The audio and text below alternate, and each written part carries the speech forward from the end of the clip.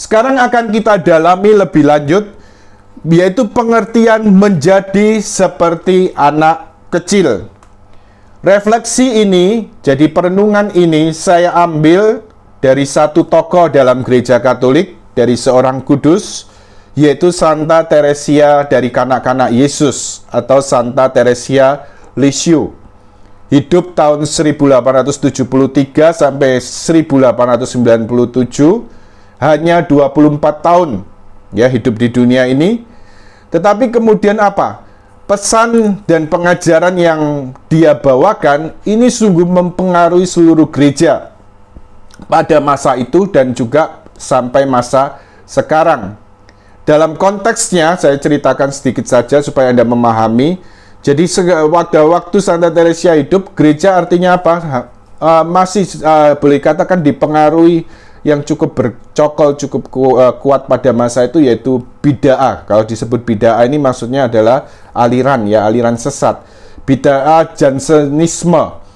Yang juga artinya apa? Menekankan kalau mengikut orang mau mendekati Tuhan, itu artinya apa? Orang harus sungguh-sungguh, artinya apa? Seperti ya harus berusaha dengan keras.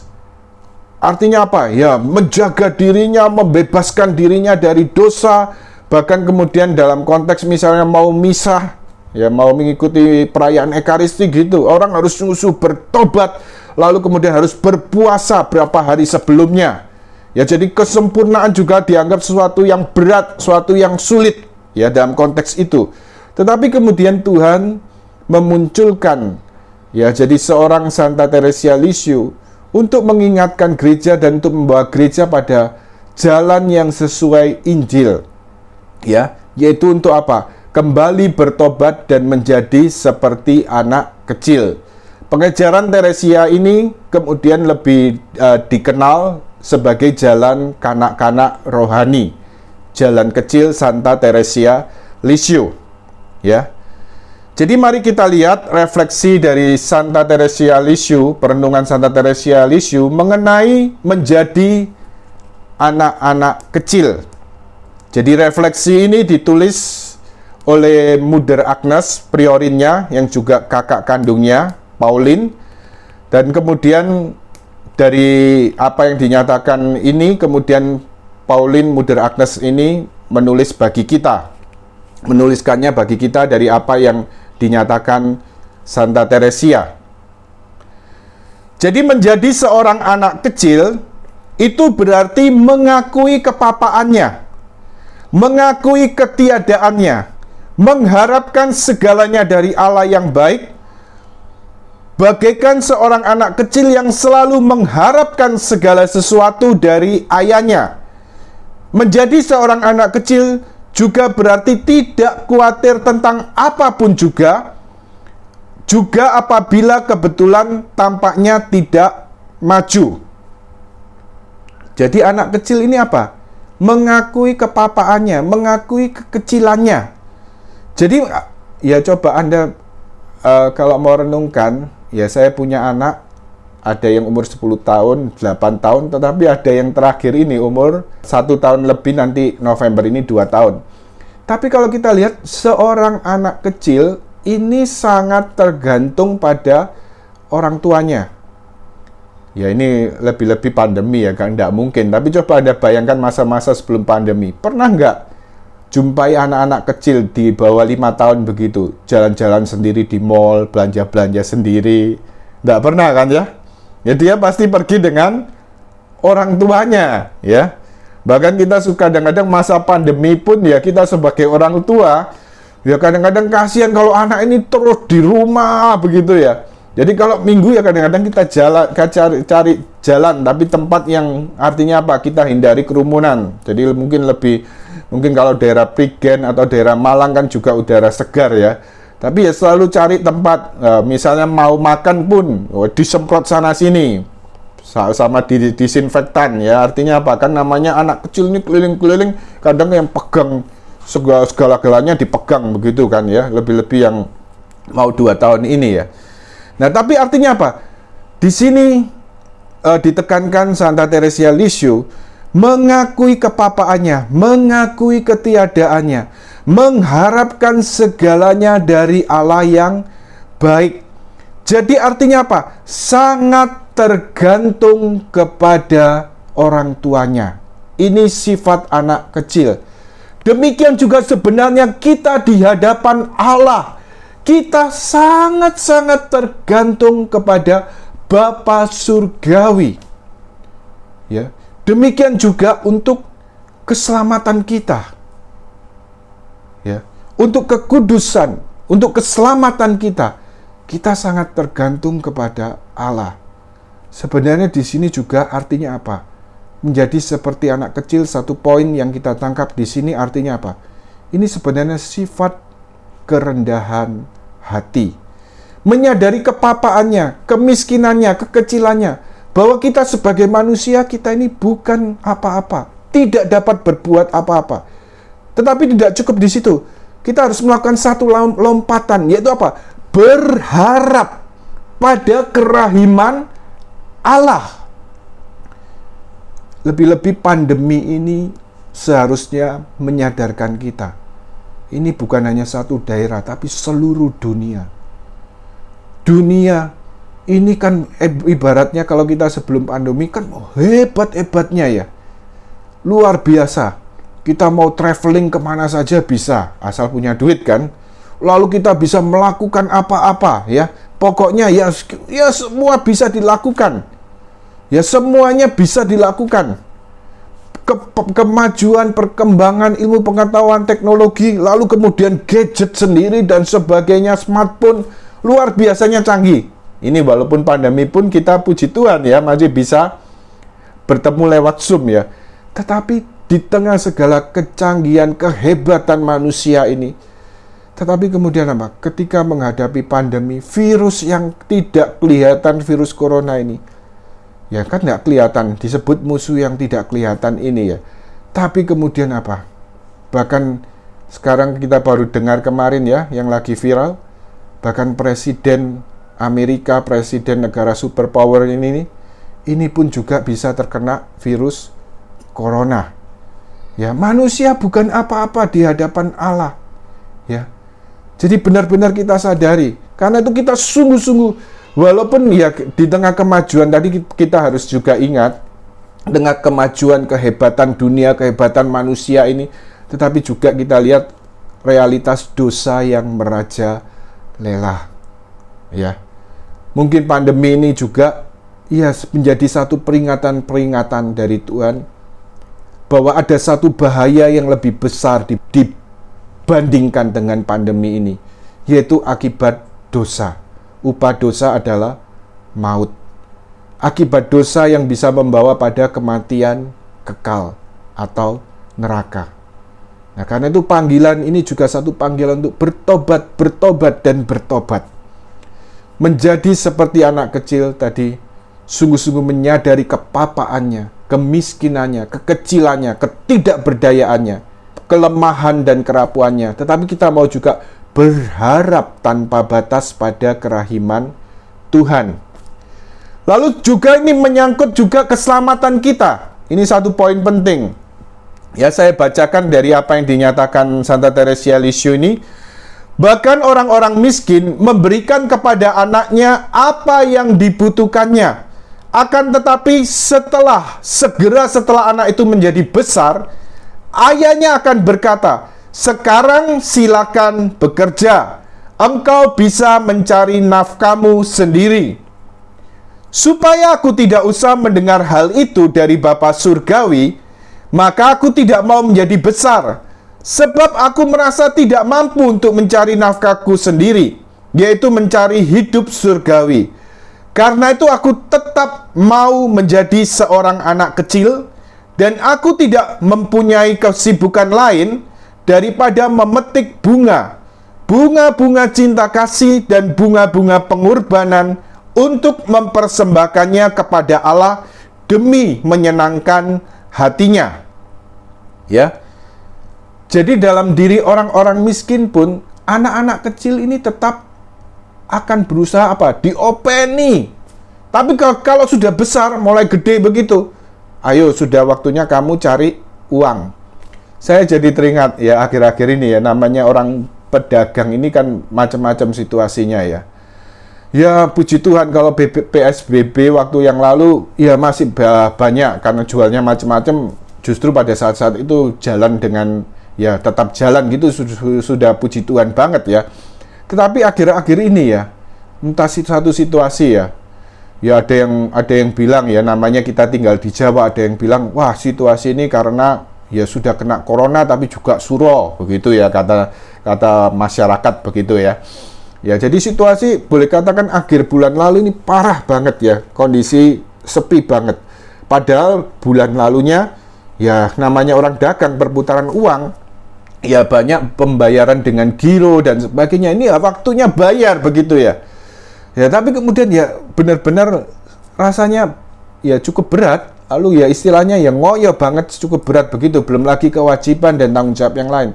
Tetapi kemudian saya renungkan di tengah situasi ini, tiba-tiba saya merenungkan, ya mungkin Tuhan mempersiapkan untuk pengajaran ini juga ya.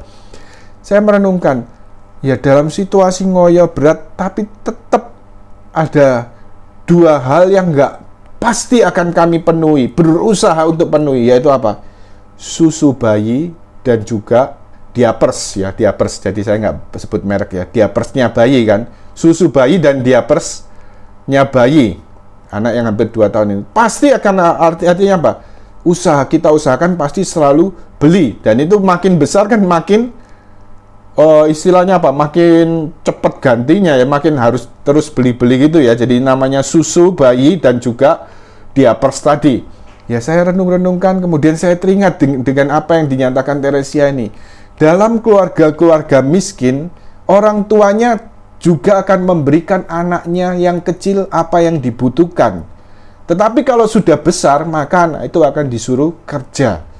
Nah, Teresia kemudian mengatakan, supaya aku tidak perlu mendengar ini dari Bapa Surgawi, aku tidak mau jadi besar, tapi mau jadi tetap kecil. Karena apa? Teresia, dan sesungguhnya ini satu kesadaran yang mendalam kita perlu sadari, keselamatan kita adalah apa? Hanya Allah yang bisa mengerjakan. Keselamatan dan pengudusan kita ini adalah anugerah Tuhan. Hanya Tuhan yang bisa mengerjakan. Dan satu syaratnya yang dinyatakan Teresia di sini apa? Tetap menjadi seperti anak kecil. Yaitu apa? Kita sadari ketergantungan total kita. Jadi bahwa kita tergantung total kepada Allah Bapa kita yang maha baik. Tetapi anak kecil tadi bukan hanya nerima saja, ya, tetapi terus berusaha, seperti dinyatakan di sini. Menjadi anak kecil yaitu apa? Tidak mau punya kesibukan lain daripada memetik bunga. Artinya apa? Berusaha menyenangkan Allah, yaitu dengan apa? Seperti yang dihayati Teresia, yaitu melalui penyangkalan diri dan juga kurban-kurban kecil yang dipersembahkan kepada Allah untuk menyenangkan Allah. Kurban-kurban kecil dan penyangkalan diri kecil-kecil tidak kelihatan. Kalau Anda mau dalami tentang hidup Teresia, memang waktu kesempatan lalu saya juga diminta mengajar di satu persekutuan doa di salah satu paroki. Lalu kemudian akhirnya ya dari situ kemudian terbentuk di YouTube channel nama saya ya, Effendi Tejokusumo begitu. Kalau Anda search, nanti kemudian ada pengajaran tentang Santa Teresia Lisieux, Jalan Kecil Santa Teresia Lisieux. Jadi Anda bisa mendalami di sana kalau mau belajar lebih lanjut tentang Teresia Lisieux ini. Baik, kita lanjutkan pengertian menjadi seperti anak kecil. Anak kecil ini berarti apa? Tidak punya apa-apa, karena segala sesuatu yang kita punya sesungguhnya kita terima dari Tuhan. Menjadi kecil juga berarti menyadari bahwa kebajikan-kebajikan yang dilakukan itu bukan miliknya, dan mengakui bahwa dari diri sendiri tidak mampu melakukan sesuatu. Sebaliknya mengakui bahwa Allah lah yang memberikan kebajikan itu ke dalam tangannya. Jadi kalau ada satu hal yang baik, ya mungkin kita bisa melakukan suatu yang baik, entah juga untuk kehidupan kita dalam pekerjaan kita, atau juga untuk pelayanan, juga karunia-karunia, atau skill, keterampilan-keterampilan kita, atau juga ya kepandaian kita, smart kita, dan sebagainya. Ya kita sadari semua yang kita punya sebenarnya itu hanya apa? Titipan. Semuanya hanya milik Tuhan. Saya teringat ya, istri saya pernah satu ketika, jadi waktu itu masih ngantor begitu ya, dia terima kabar salah satu rekannya yang di Jakarta, jadi di pusat begitu, orangnya sangat smart, sangat ya pandai, lalu kemudian kerjanya sangat luar biasa begitu ya. Tapi satu ketika kemudian terdengar apa? Ada tumor di otaknya. Dan kemudian harus operasi. Ya, kalau sudah tumor di otak ini, ya mau diapakan lagi? Ya, well dioperasi seringkali juga kemudian bisa mungkin sembuh tapi kemudian terbatas ya. Jadi artinya apa? Kita sadari bahwa sesungguhnya ya kita tidak punya apa-apa karena segala sesuatu adalah kepunyaan Tuhan. Semuanya adalah pemberian Tuhan. Ini kita perlu sadari. Ini juga kalau hal-hal jasmani berlaku, maka juga lebih-lebih hal rohani, karunia-karunia, pelayanan-pelayanan. Kita sadari bahwa segala sesuatu adalah milik Tuhan, pemberian dari Tuhan. Kita bersyukur kalau boleh dipakai Tuhan sampai saat ini. Poin terakhir, pengertian menjadi anak kecil. Ya ini kalau Anda lihat ya, ini anak saya, anak pertama dan kedua kalau bagian atas ya. Itu kan Anda lihat sendiri temboknya itu ya, kalau lihat di PowerPoint ini. Temboknya itu sudah tidak karu-karuan ya. Ini masa-masa mereka sekarang 10 tahun dan 8 tahun. Temboknya itu coret-coret tidak karu-karuan. Itu namanya juga anak-anak. Lalu yang kecil tadi, ya kita lihat ya.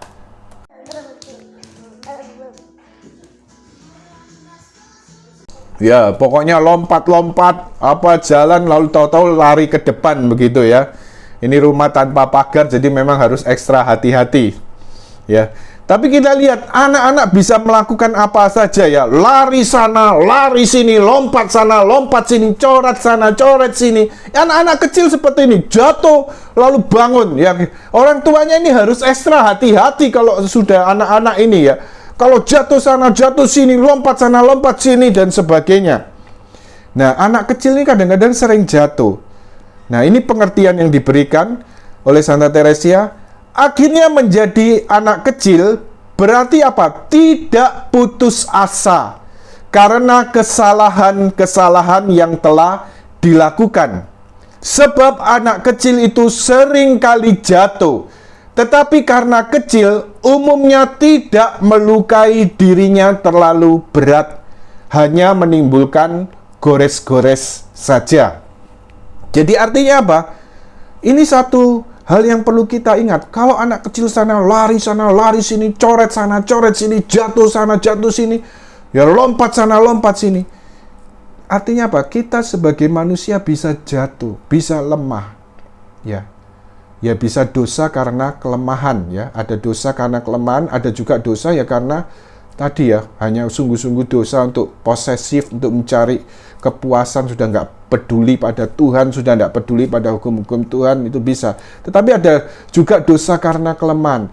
Jadi artinya apa? Satu hal kita perlu sadari, untuk tidak berputus asa. Kita lihat bahkan Santo Petrus berdosa, jatuh, menyangkal gurunya sampai 3 kali. Dia sudah melihat Tuhannya yang mulia di Gunung Tabor. Ya bayangkan, melihat Yesus dalam penampakan di Gunung Tabor, dalam yang berubah dalam kemuliaannya. Ya, tapi kemudian juga dia melihat kerapuan Yesus di Taman Getsemani. Ya, tapi kemudian dia juga mengatakan dengan ketika ya terlalu mengandalkan diri begitu ya. Ya guru, seandainya mereka meninggalkan engkau, saya tidak akan. Ya. Tapi kemudian Yesus berkata pada Petrus, lihatlah iblis sudah minta untuk menampi engkau, tetapi aku sudah berdoa untuk kamu. Apabila kamu jatuh, kemudian bangunlah, dan juga maksudnya dukunglah saudara-saudaramu itu. Nah, tapi kemudian Petrus yang jatuh 3 kali, menyangkal gurunya 3 kali, dan kemudian satu lagi murid Yesus juga mengkhianati Yesus, menjual Yesus dengan harga seorang budak 30 keping ya, uang itu tadi. Ya, tapi kemudian artinya ada beda antara penyesalan Petrus dengan penyesalan Yudas Iskariot. Yudas menyesal juga. Bahkan digambarkan kalau dalam film Passion of the Christ, bagaimana dia menyesal, lalu dia melihat pandangan dari ahli-ahli, imam-imam kepala dan ahli Taurat. Dia menyesal, dia lemparkan uang itu, kantong berisi uang itu. Dia lari, lalu dia kemudian terus sibuk dengan pikiran-pikirannya sendiri, penyesalan. Ini penyesalan yang artinya apa? Ya, penyesalan tanpa pengharapan, ya, tanpa harapan. Penyesalan terus berputar pada diri sendiri. Akhirnya apa? Putus asa, kemudian bunuh diri. Yudas Iskariot. Tetapi Petrus, dia menyesal, dan kemudian digambarkan dalam flashback film Passion of the Christ, bagaimana dia menerima pandangan ketika dia menyesal, dia lari, dia menerima pandangan dari Bunda Maria dan Rasul Yohanes yang melihat dia waktu itu. Ya, dia masih bertemu komunitasnya ya. Ya, jadi ya rupanya hidup berkomunitas, kita harus juga ingat kalau ada saudara kita jatuh, bukan untuk menjudge, tapi kita harus seperti gambaran Maria dan Yohanes yang memandang Petrus dengan pandangan belas kasihan. Ya, Petrus juga menerima pandangan dari Yesus sendiri terlebih dahulu. Akhirnya penyesalan itu membuat dia bertobat. Penyesalan yang membawa pada hidup, ya, kehidupan. Ya, jadi satu hal ketika jatuh seperti anak kecil, kita tidak boleh berputus asa. Dan umumnya anak kecil jatuh, ya jatuh karena apa? Karena kelemahan-kelemahannya. Ya, jatuh karena gores-gores dan sebagainya, karena kelemahannya. Tetapi perlu bangun lagi, bertobat kembali. Dan satu hal yang perlu kita ingat sebagai kesimpulan, menjadi seperti anak kecil ini bukan berarti kekanak-kanaan. Ya, kalau Anda lihat video di sini ya.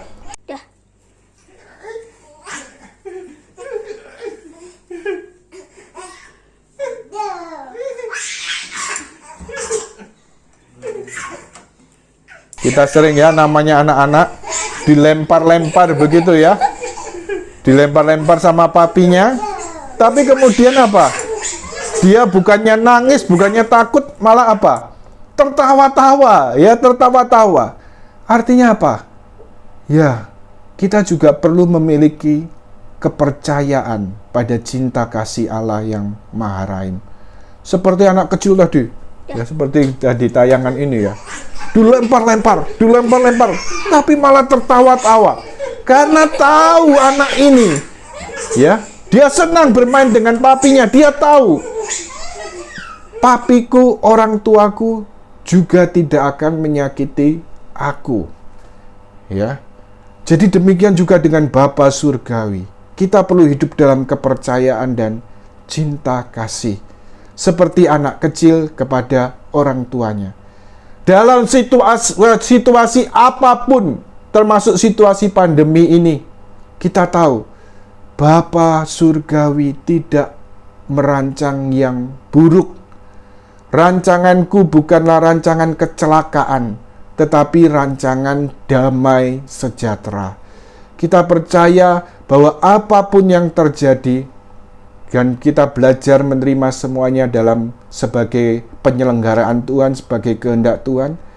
Ya, kita mempercayakan semuanya kepada Allah, bahwa Tuhan juga punya rencana. Kalau Tuhan mengizinkan, Tuhan membiarkan semua ini terjadi, juga masalah-masalah, salib-salib kehidupan dalam hidup kita masing-masing.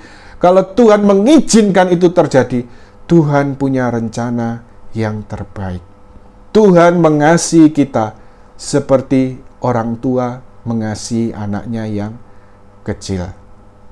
kemuliaan kepada Bapa dan Putra dan Roh Kudus, seperti pada permulaan, sekarang, selalu, dan sepanjang segala abad. Amin.